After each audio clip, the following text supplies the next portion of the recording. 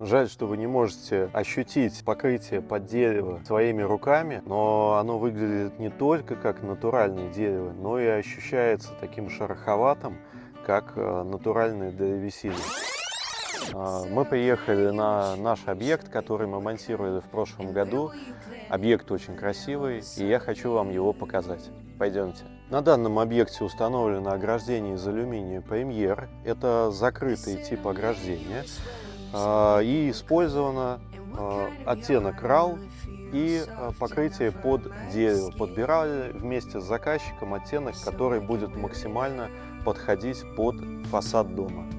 Дом выполнен в современном стиле, и нужно было подобрать ограждение, которое будет идеально подходить под архитектуру дома.